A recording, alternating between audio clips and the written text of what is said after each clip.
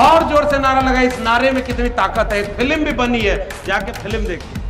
और मैं जब एक ओबीसी तबके से आकर के इस तरह के कार्यक्रमों में शामिल होता हूं तो लोग मुझसे कहते हैं कि तुम तो यादव हो, डॉक्टर अंबेडकर से तुम्हारा क्या रिश्ता है। ये कहते हैं हमसे कि तुम यादव हो, तुमको अंबेडकर से क्या मतलब, ये बुद्धिस्ट फटके से क्या मतलब। इस देश के ओबीसी को यह पता ही नहीं है कि अनुच्छेद 15, अनुच्छेद 16 और अनुच्छेद 304 जो संविधान में दर्ज किया गया है उसके पीछे डॉक्टर अंबेडकर की क्या भूमिका है। एक बार सोच के बताइए, 50 साल पहले क्या यही स्थिति थी? क्या इतनी इज्जत से, सम्मान से आप कहीं खड़े हो सकते थे? आपको दुत्कार के कहा जाता था तुम अहिर के बच्चे हो, जाओ गांव भैंस चराओ, तुम्हें देश चलाने की क्या जरूरत है। यह सब कुछ टूटा क्योंकि भारत का संविधान बना।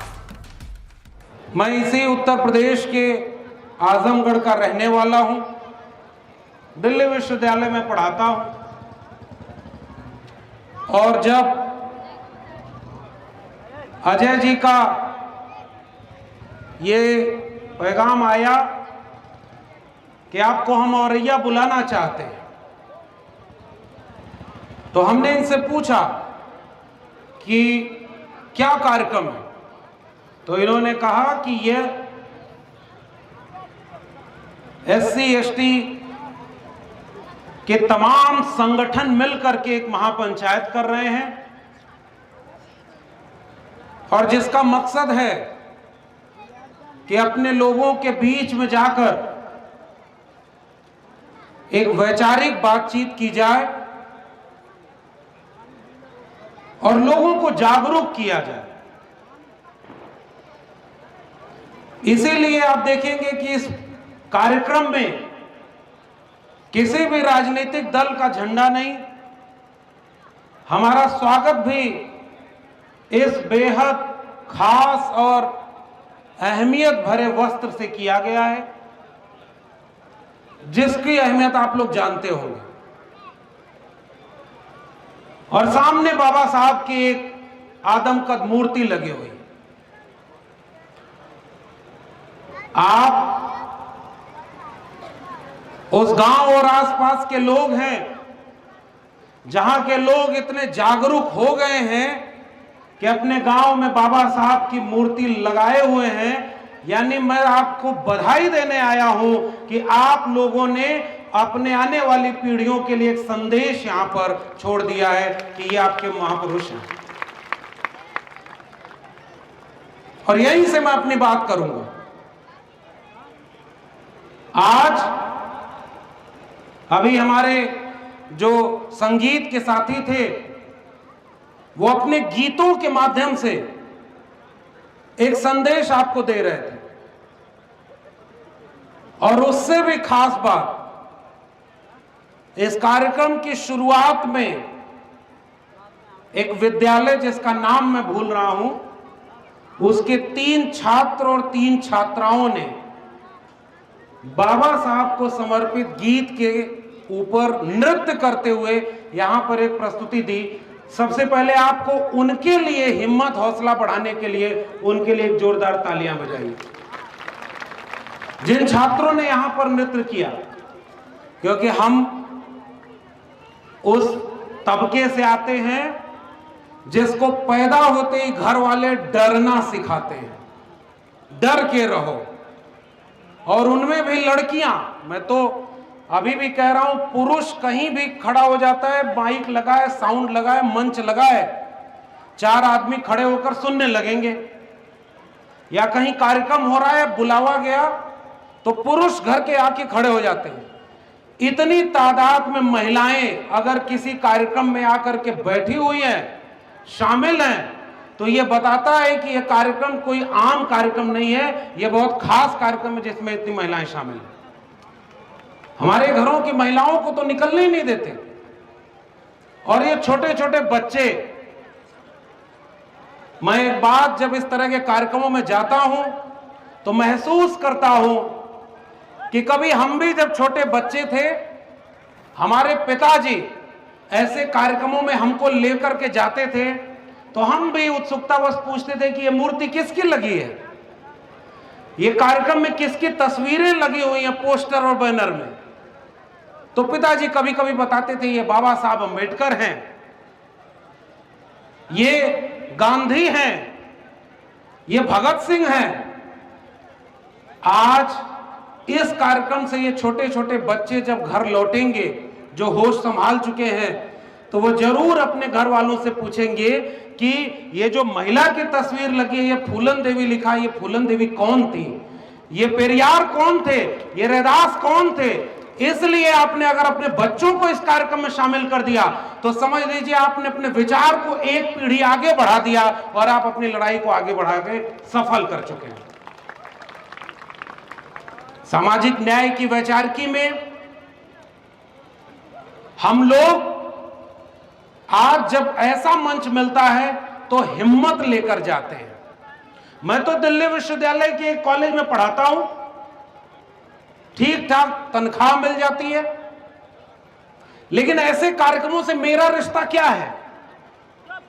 जब भी मुझे इस तरह के कार्यक्रमों में बुलाया जाता है तो मैं इसलिए जाता हूं कि मैं यह बात लोगों के सामने कबूल कर सकूं कि मेरे जैसे अनगिनत लोग जो पिछड़े समाज में पैदा हुए, जो गाय भैंस चराया करते थे, खेती बाड़ी का काम करते थे, उनकी पीढ़ियां गुजर गई खेती बाड़ी करते हुए, उनको कभी इस देश में देश चलाने का मौका नहीं मिला। गाय भैंस चराना छोड़ करके विश्वविद्यालय में पढ़ने गए और धीरे धीरे आगे बढ़े तो बार बार लगता था कि घर वालों की वजह से आज मैं यहां हूं। लेकिन जब मैंने फूले, अंबेडकर, पेरियार को पढ़ा, बाबा साहब के संविधान को पढ़ा, तो इस बात को महसूस किया कि मैं आज भी या मेरे जैसे लाखों लोग आज भी गाय भैंस चराते, खेती बाड़ी का काम करते, मजदूरी करते, उनके घर वाले चाहते तो भी वो विश्वविद्यालय में नहीं जा पाते। अगर हम जा पाए तो उसकी दो वजह हैं, एक बाबा साहब का संविधान और दूसरा मंडल कमीशन की रिपोर्ट। अगर ये दो चीजें नहीं होती तो हम यहां नहीं होते, क्योंकि ये दो चीजें जब नहीं थी तो हमारे लोग यहां नहीं थे। ये अजय जी जैसे लोग या तमाम जो हमारे वरिष्ठ साथी बैठे हैं या आप लोग यहां बैठे हुए हो, एक बार सोच के बताइए 50 साल पहले क्या यही स्थिति थी? क्या इतनी इज्जत से, सम्मान से आप कहीं खड़े हो सकते थे? आपको दुत्कार के कहा जाता था तुम अहिर के बच्चे हो, जाओ गाय भैंस चराओ, तुम्हें देश चलाने की क्या जरूरत है? तमाम लोगों को जाति के आधार पर उनका सम्मान और गांव में हैसियत बना दी गई। यह सब कुछ टूटा क्योंकि भारत का संविधान बना। तो आज आपको यह जरूरत इस बात की है, और खासकर मैं माताओं और बहनों से यह गुजारिश कर रहा हूं, एक बात आप लोग समझिएगा, चौराहे पर खड़े होकर के पंचायत करनी हो या किसी के घर जाकर के चाय पीते हुए गप करना हो कि इस बार चुनाव में किसको वोट देना है, कौन अच्छा काम कर रहा है, कौन नहीं कर रहा है, ये सब काम पुरुष करते हैं। लेकिन घर के भीतर महिलाओं तक पुरुष की पहुंच नहीं हो सकती। तो आपके घर में कोई अगर बाबा साहब का संविधान क्या है इसको समझाने भी जाएगा तो वो भी घर के भीतर तो नहीं जा पाएगा। तो आपकी क्रांति कहां रुक गई? घर के दरवाजे की दहलीज पर आकर रुक गई। लेकिन एक महिला जिस दिन जागरूक हो जाए, वो घर के चौके तक बैठ करके दूसरी महिला को समझा सकती है कि बहन, ये हम लोगों के साथ बड़ा जुल्म और ज्यादती हो रहा है, हम लोगों को आज इस जुल्म और ज्यादती से आगे बढ़ना है और चलो हम भारत का संविधान पढ़ते हैं। ये काम एक महिला कर सकती है। इस देश में कोई क्रांति इसलिए नहीं हो पाई क्योंकि हमने महिलाओं को पुरुषों के बराबर हक ही नहीं होने दिया। हमारे सामाजिक न्याय के एक वैचारिक पुरोधा, और मैं जब एक ओबीसी तबके से आकर के इस तरह के कार्यक्रमों में शामिल होता हूं तो लोग मुझसे कहते हैं कि तुम तो यादव हो, डॉक्टर अंबेडकर से तुम्हारा क्या रिश्ता है। ये कहते हैं हमसे कि तुम यादव हो, तुमको अंबेडकर से क्या मतलब, ये बुद्धिस्ट फटके से क्या मतलब। तब मैं कहता हूं कि इस देश में एक चीज बर्बाद कर दी गई, इसीलिए लोगों को समझ में ही नहीं आया कि डॉक्टर अंबेडकर किसके नेता थे, और वह चीज थी शिक्षा। इस देश को शिक्षित ही नहीं होने दिया गया, इसीलिए इस देश के ओबीसी को यह पता ही नहीं है कि अनुच्छेद 15, अनुच्छेद 16 और अनुच्छेद 304 जो संविधान में दर्ज किया गया है, उसके पीछे डॉक्टर अंबेडकर की क्या भूमिका है, ये पढ़ने ही नहीं दिया गया ओबीसी को। वैसे ही इस देश में महिलाओं को यह पढ़ने और समझने ही नहीं दिया गया कि महिलाओं की मुक्ति के लिए लड़ने वाला कोई था तो वो ज्योतिबा फूले, ईवी रामासामी नायकर पेरियार और डॉक्टर भीमराव अंबेडकर थे। यह बात तो महिलाओं को पढ़ने नहीं दिया गया। तो अंबेडकर को किसका नेता बना दिया? दलितों का नेता। और बार बार ये कहने लगे कि अंबेडकर किसके नेता हैं? दलितों के नेता। धीरे धीरे समय बदला, धीरे धीरे लोगों ने पढ़ा। जब तुम मूंछ रखने पर किसी की हत्या करने लगे, जब तुम घोड़ी चढ़ने से रोकने के लिए, सोचिए बारात जिस दिन जिस दूल्हे की जाती है, उससे कीमती दिन उस पुरुष के लिए कोई होता है क्या? जब वो दूल्हा बना हुआ है, वो घोड़ी पर जा रहा है, और उस दिन जब वो एक दिन का शहंशाह अपने को महसूस करता है, बाराती सब उसकी जी हजूरी करते हैं कि बारात में दूल्हा बना है। इस देश में उस दिन भी जाति पूछ करके एक नौजवान को घोड़ी से उतारा गया और मारा गया है। क्या इस देश में ये नहीं हो रहा क्या? ये महिलाओं से मैं एक सवाल पूछता हूं, आप लोग बताइए, यहां कोई ऐसी महिलाएं जो अपने पुरुष से ज्यादा पढ़ी लिखी हो, जो पुरुषों से ज्यादा उनको गांव मोहल्ले से लेकर बाजार तक घूमने का मौका मिला? ये सवाल है मेरा आपसे। और पुरुष को यह आजादी मिली है कि वो कुछ भी करे। घर की लड़कियों को जैसे ही वो बड़ी होती है समझाया जाता है कि तुमको ऐसे चलना है, ऐसे रुकना है, ऐसे बैठना है, ऐसे हंसना है, और लड़कों को नहीं सिखाया। जिस दिन फूले, अंबेडकर, पेरियार आपके घर घर में पहुंच जाएंगे, आप अपने लड़कियों को लड़कों से ज्यादा तालीम देंगी, शिक्षा देंगे, और महिलाएं सशक्त होंगी, और तब यह देश बदलेगा। इस देश में कोई क्रांति इसलिए नहीं हुई क्योंकि महिलाओं को बराबरी का हक नहीं मिला। तो ये जो बात मैं कह रहा हूं आपसे, कि आपसे भी लोग आकर के कहेंगे कि डॉक्टर अंबेडकर किसके नेता हैं, ये कार्यक्रम किसका हो रहा है, तो बाहर से चौराहे से गुजरते हुए लोग कहेंगे कि ये दलितों का कार्यक्रम हो रहा होगा, चमारों का कार्यक्रम हो रहा होगा। मैं आज इस मंच पर खड़ा होकर के यह बात बोलने के लिए आया हूं कि यह केवल दलितों और चमारों का कार्यक्रम नहीं है। यह कार्यक्रम इस देश के हर एक वंचित, शोषित, दलित, पीड़ित, मूल निवासी का कार्यक्रम है। जो वंचित है, शोषित है, यह उसका कार्यक्रम है। यह बात अपने मोहल्ले में जाकर कहिएगा। और अब हिम्मत से काम लेने की जरूरत है। और किस बात की जरूरत है? कि किसी भी तरह के पाखंड से बचिए और अपने बच्चों को शिक्षा दीजिए। पहला फार्मूला, मैं कोई भाषण देने नहीं आया हूं भाई, नहीं तो आपको भी लगेगा कि पढ़ लिख लिए, दिल्ली में प्रोफेसर हैं तो आकर यहां हम लोग को लेक्चर दे रहे। अरे आप तो हमसे ज्यादा जागरूक लोग हैं, हमारे बड़े बूढ़े बुजुर्ग हैं, तमाम अनुभव है लोगों के पास। मैं आपको कोई भाषण देने नहीं आया, बस आपसे अपील करने आया हूं। पहली अपील, अपने घर में एक रोटी कम बने चलेगा। आपके घर में अगर चूना की पुताई नहीं हुई है तो रोक दीजिएगा। आपके घर में 2 जोड़ी कपड़ा की बजाय 1 कपड़े में काम चला लीजिएगा। लेकिन अगर अपने घर के लड़के और लड़कियों को पढ़ने के लिए स्कूल जरूर भेजिएगा। ये आप भरोसा दिलाएं।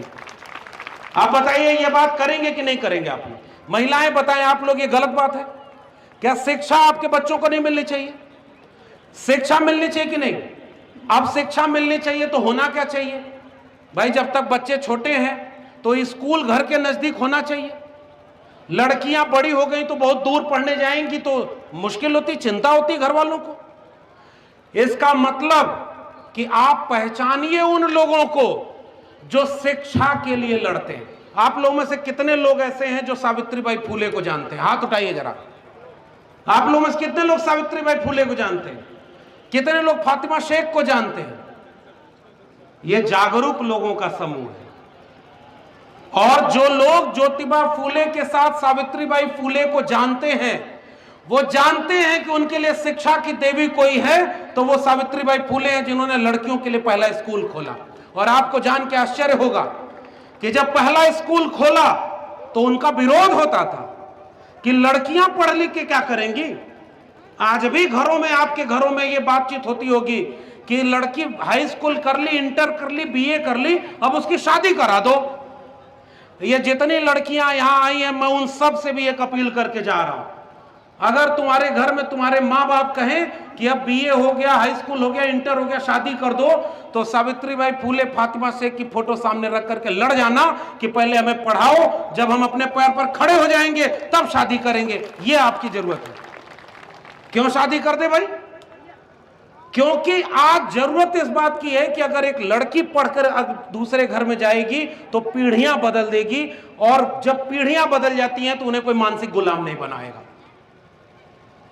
यह काम आज बहुत जरूरी है।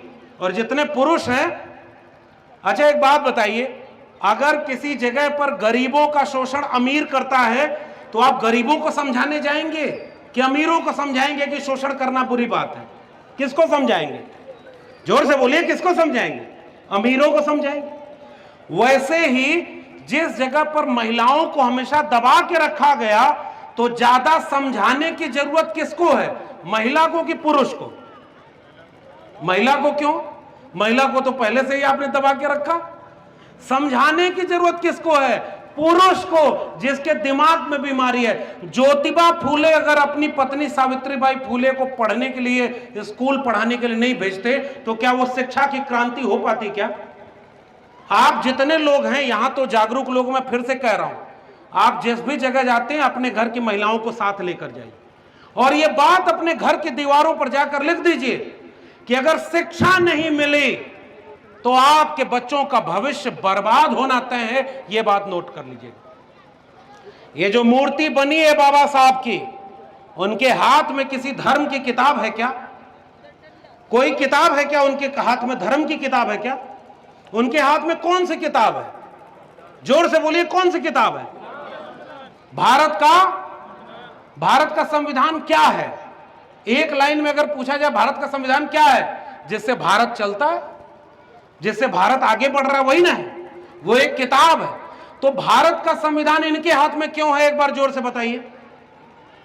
बाबा साहब के हाथ में भारत का संविधान क्यों है?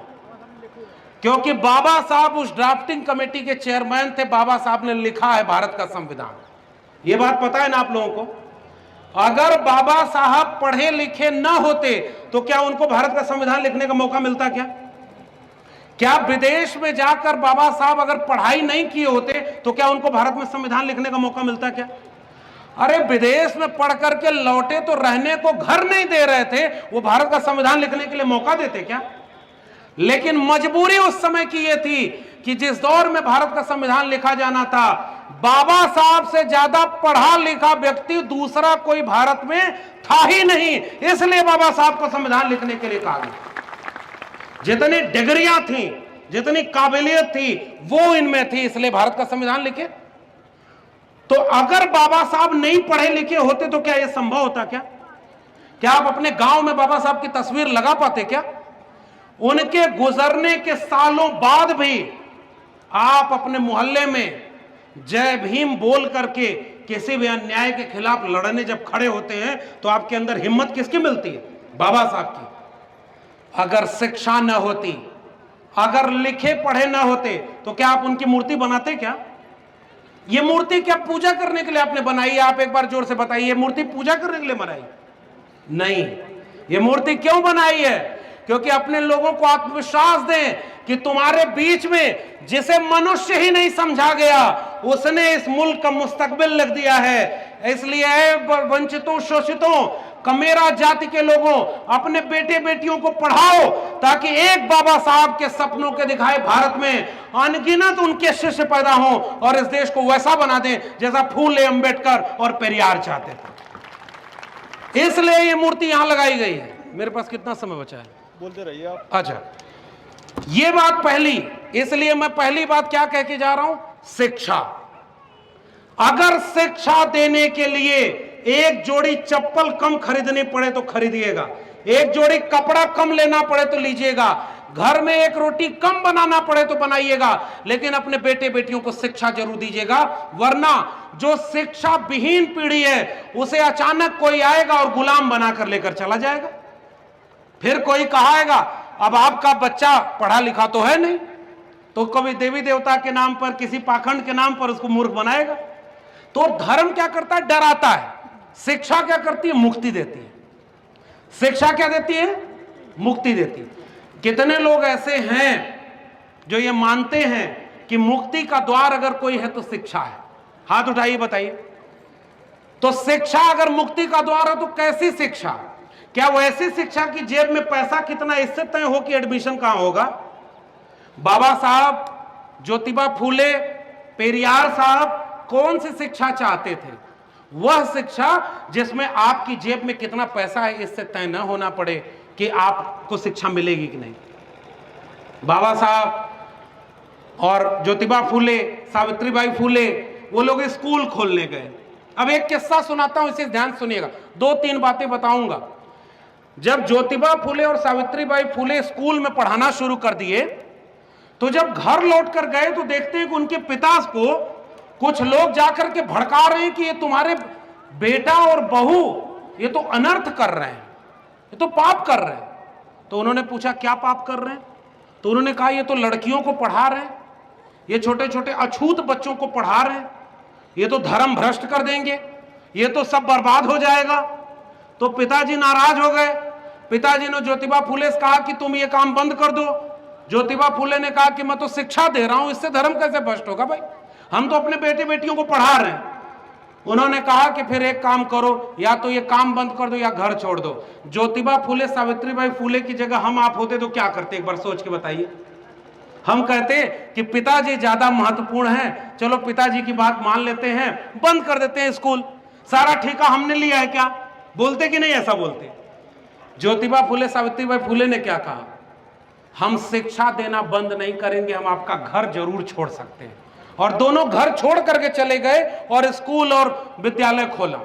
सावित्रीबाई फूले के ऊपर मैला फेंका गया, कचरा फेंका गया। वो 2 साड़ी लेकर घर से निकलती थी और जा करके एक साड़ी विद्यालय में बदलती थी और बच्चों को पढ़ाती थी और कविता लिखती थी कि वो मेरे ऊपर गोबर फेंकते गए और मैं उनके दिमाग का गोबर ठीक करने के लिए विद्यालय में शिक्षा देती चली गई।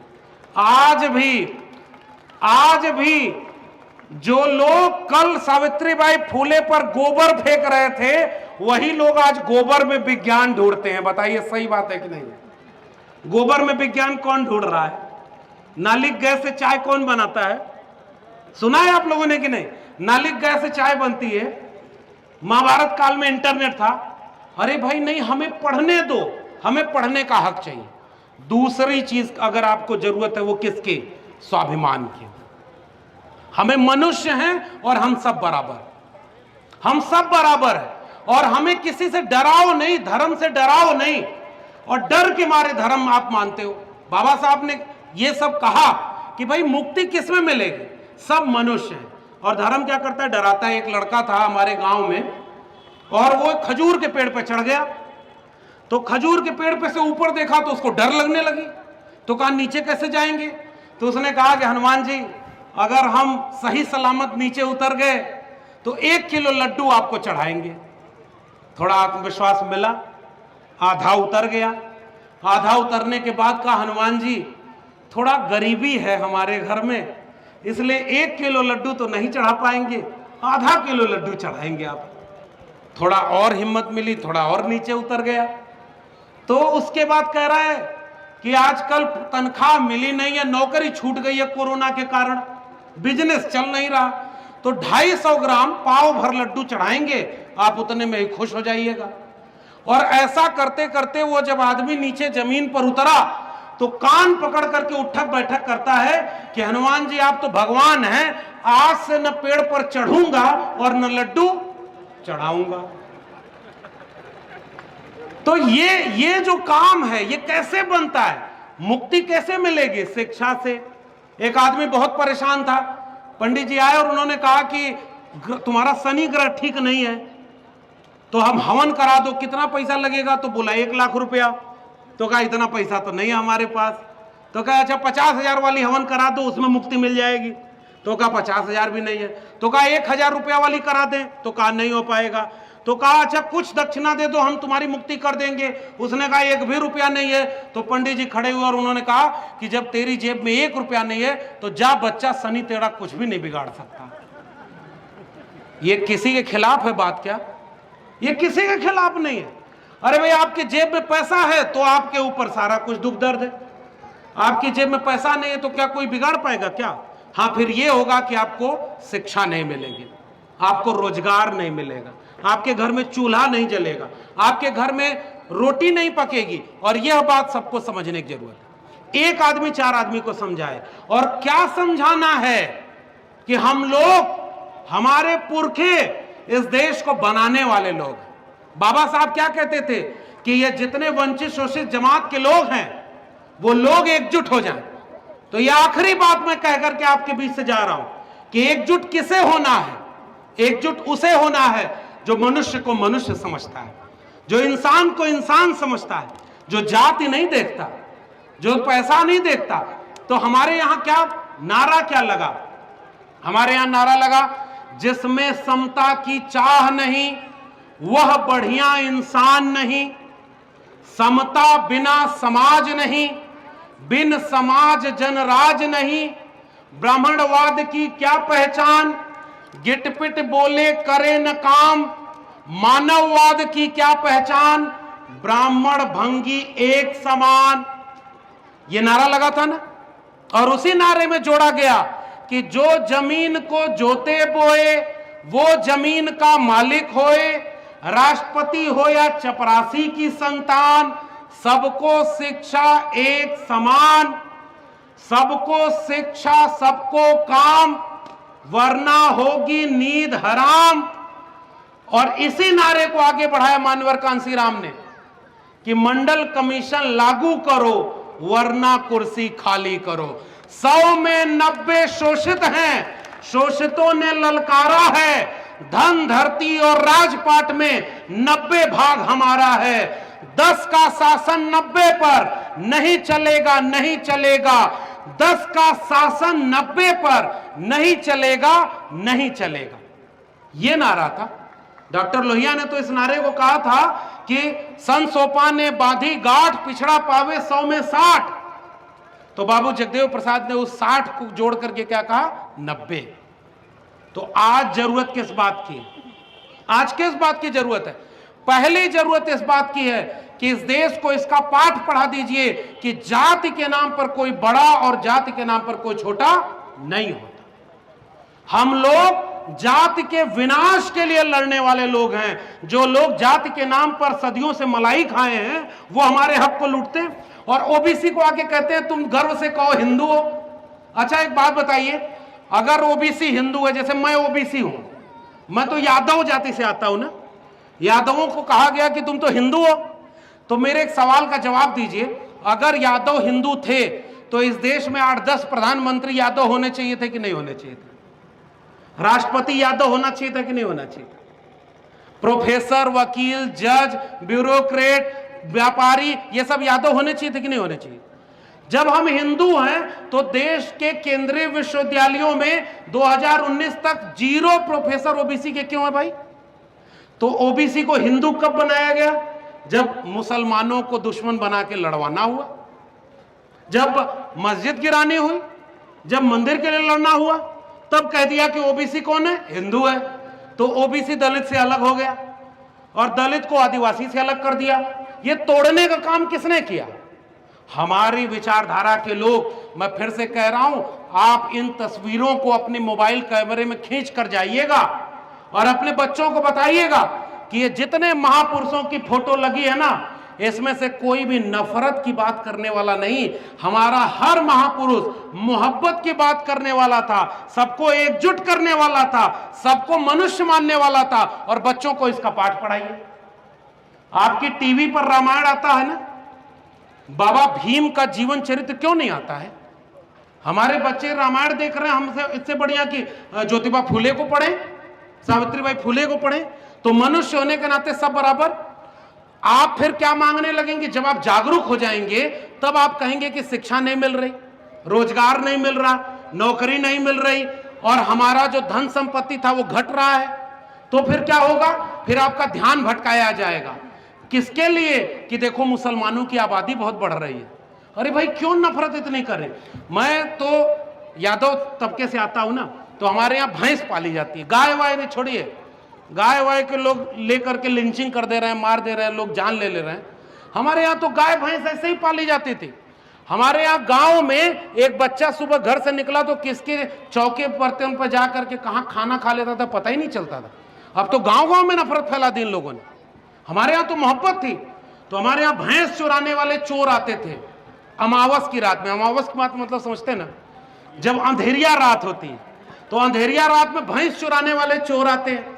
और हमारे यहाँ गांव में, आप लोग भी गांव के जानते ही होंगे, जानवरों के गले में एक घंटा पहनाया जाता है। घंटा या घंटी पहनाया जाता है। क्यों पहनाया जाता है? कि वो हिलता डोलता रहे तो मकान मालिक को लगता है कि हाँ जानवर बाहर है, वो सुरक्षित है। और चोर आते हैं, भैंस खोलते हैं, भैंस को लेकर के भागते हैं अंधेरिया रात। अब मान लीजिए इस मोहल्ले से भैंस लेके भागेंगे और अगर इधर से घंटे की आवाज आने लगेगी तो गांव के लोग किधर दौड़ेंगे? जिधर से घंटे की आवाज आ रही, जाएंगे कि नहीं उधर जाएंगे? तो चोर सब क्या करते हैं कि उसको भैंस के गले का घंटा निकाल लेते हैं और घंटा लेकर के, घंटी लेकर के एक चोर उत्तर की दिशा में भागता है तो भैंस लेकर के दूसरे चोर दक्षिण की दिशा में भागते हैं। गांव वाले किस दिशा में जाएंगे? जिधर से घंटी की आवाज आ रही है तो वो उत्तर दिशा में जाएंगे। और चोर भैंस को लेकर किधर गया? दक्षिण दिशा में। भागते भागते चोर एक जगह घंटी फेंक करके भाग जाएगा। गांव वाले हाँफते हाँफते पहुंचे तो वहां जाके क्या मिली? घंटी मिली। और भैंस चोर लेकर के हमारे आपके हाथ से भी शिक्षा की, रोजगार की, सांप्रदायिक सौहार्द की जो भैंस हमारे पुरखों ने सदियों सदियों से पाल करके हमको मोहब्बत का पाठ पढ़ाया था, उसे कुछ चोर आकर के चुरा रहे हैं और आपके हाथ में घंटी पकड़ा रहे हैं कि देखो हिंदू खतरे में है मुसलमानों से, देखो दलितों का हक जाटवों ने ले लिया, देखो ओबीसी का हक यादवों ने ले लिया, देखो हिंदू खतरे में है, मंदिर बनाने जाना है। और शिक्षा, रोजगार, स्वास्थ्य, इन सब की भैंस को लेकर के वो भाग गए। क्या इस कहानी को समझने में कोई दिक्कत हुई क्या? कुल मिला के खेल इतना ही है। ये कोई रॉकेट साइंस बताए क्या? हम आपके हाथ से क्या छीन लिया? शिक्षा छीन ली। अब मैं आपको आखिरी बात कहते हुए, चूंकि और लोग हैं बोलने के लिए, अजय जी को बधाई दीजिए। नेतागिरी तो बहुत लोग करते हैं और सब नेतागिरी करते हैं। कोई घर में आके ये कहे कि राजनीति बुरी चीज है तो डॉक्टर राम मनोहर लोहिया एक बात कहते थे कि अगर अच्छे लोग राजनीति में नहीं आएंगे तो वो बुरे लोगों द्वारा राजनीति के शिकार होंगे। भाई आप अच्छे लोगों को कह दो कि नेतागिरी में नहीं जाना है तो बुरा आदमी जाएगा राजनीति में, वो चुनाव जीत करके आपका नेता बन जाएगा। तो अपने घर में राजनीति से दुश्मनी मत बनाइए। कोई अगर नेता बनने के लिए काबिल लड़का है, ये सब नए नए लड़के हैं, सब बहुत तेज तर्रार है, इनको आगे बढ़ाइए।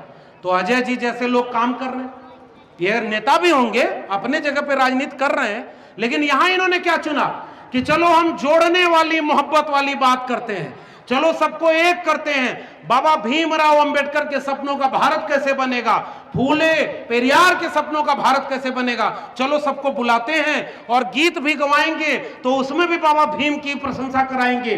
कोई भाषण देने के बुलाएंगे तो उसमें भी कहेंगे कि लोगों को जोड़ने वाली बात करो। तो ये काम करने वाले लोगों का साथ दीजिए। और मैं आखिरी बात जो कह के जा रहा हूं वो ये, मैं एक ही बात आपको समझा के जा रहा हूं, कोई आपके आत्मसम्मान से अगर छेड़खानी करे तो कभी उससे समझौता नहीं करिए। हमारे ईवी रामास्वामी नायकर पेरियार ने दक्षिण भारत में आत्मसम्मान आंदोलन चलाया था। हमारे ज्योतिबा फूले ने सत्य शोधक समाज बना करके आत्मसम्मान आंदोलन चलाया था। हमारे भीमराव अंबेडकर ने तो संविधान में सबके मुस्तकबिल इतना लिख दिया कि आप आज भी उनकी फोटो लगा करके अपने हक हुकूक के लिए लड़ लेते हैं। तो ये जो आत्मसम्मान है, ये किस बात का आत्मसम्मान है? यही कि आज आपके आत्मसम्मान से छेड़खानी हो रही है, आपको आपस में लड़ाया जा रहा है, और दूसरा आपके हाथ से नौकरी और रोजगार को छीना जा रहा है, और नौकरी और रोजगार के छीन करके आपके हाथ में नफरत फैलाई जा रही है, और उस नफरत से बचने की जरूरत है। इसलिए आज आपको घर घर में अगर एक किताब जिसकी पूजा करनी चाहिए, पूजा तो खैर किसी की नहीं करनी चाहिए, पढ़ना चाहिए, वो एक किताब अगर कोई है तो भारत का संविधान है। आज आप लोग हाथ उठा कहिए, घर घर में भारत का संविधान रखेंगे कि नहीं रखेंगे? अपने बच्चों को भारत का संविधान पढ़ाएंगे? भारत का संविधान पढ़ाएंगे आप लोग?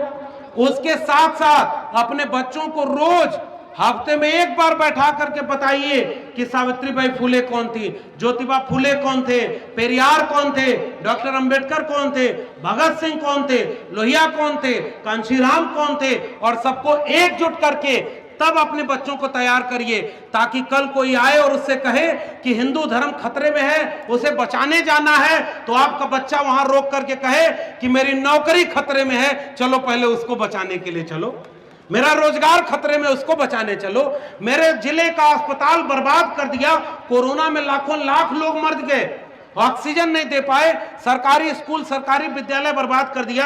खतरे में कौन है? न हिंदू खतरे में है, न मुसलमान खतरे में है। अगर कोई खतरे में है तो भारत का संविधान खतरे में है, क्योंकि भारत के संविधान ने जितना हक एक हिंदू को दिया है उतना हक एक मुसलमान को दिया है, जितना हक एक ब्राह्मण को दिया उतना हक एक दलित और पिछड़े को दिया। तो जिस दिन संविधान खतरे में रहेगा उस दिन ना आप सुरक्षित हैं और ना हम सुरक्षित हैं। एक नवाज देवबंदी ने एक शेर कहा है कि जलते घर को देखने वालों, फूस का छप्पर आपका है, आग के पीछे तेज हवा है, आगे मुकद्दर आपका है, उनके कत्ल पे मैं भी चुप था, मेरा नंबर अब आया, मेरे कत्ल पे आप भी चुप हो, अगला नंबर आपका है। इसलिए आपस में लड़ना नहीं है, इसलिए यह बात पहचाननी है कि कौन आपका अपना है और कौन पराया है, कौन आपके बच्चों के भविष्य के लिए लड़ रहा है। क्या आपके बच्चों को आप ये कह के जाएंगे कि बेटा हमने तुमको पढ़ाया नहीं क्योंकि राम मंदिर बनवाना था, क्योंकि हमें जो है मस्जिद बनवानी थी, क्योंकि हमें जो है वे कराना था? आपका बच्चा जिस दिन आपसे पूछेगा कि आपकी आंखों के सामने हमारा आरक्षण छीन लिया गया, आपकी आंखों के सामने सारी सरकारी शिक्षा को, नौकरी को प्राइवेट हाथों में बेच दिया, अंबानी अडानी के हाथों में बेच दिया, आप उस समय क्या कर रहे थे? आप कम से कम अपने बच्चों को आंख में आंख मिलाकर कहें कि बेटा जब ये काम हो रहा था तो हम औरैया जिले में एक कस्बे में एक सम्मेलन बुलाया गया था, उसमें जाकर के इस बात की चिंता कर रहे थे कि हमें भारत का संविधान कैसे बचाना है, हम तुम्हारे भविष्य को बचाने की लड़ाई में शामिल थे। यही अपील मैं आपसे करके जा रहा हूं। आने वाले लोग आपको आएंगे, वो समझाएंगे कि इस नेता को वोट दो, इस नेता को वोट दो।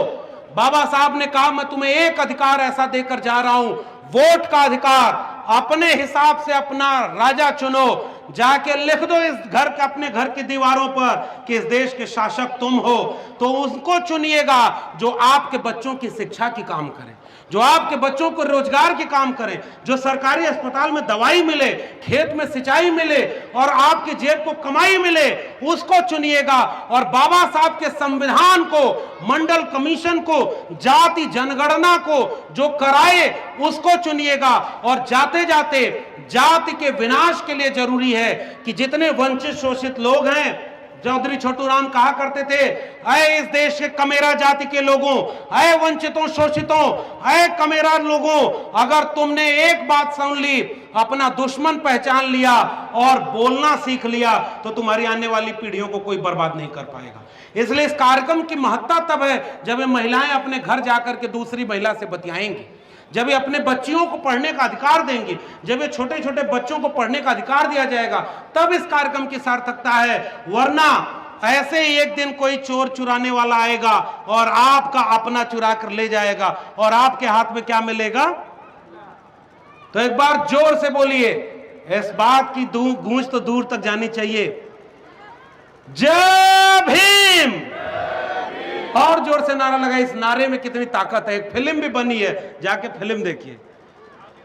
तो जय जय जय जय जय भीम, तो जय पेरियार जय भीम, तो जय जय फूले जय भीम, तो जय जय मंडल जय भीम।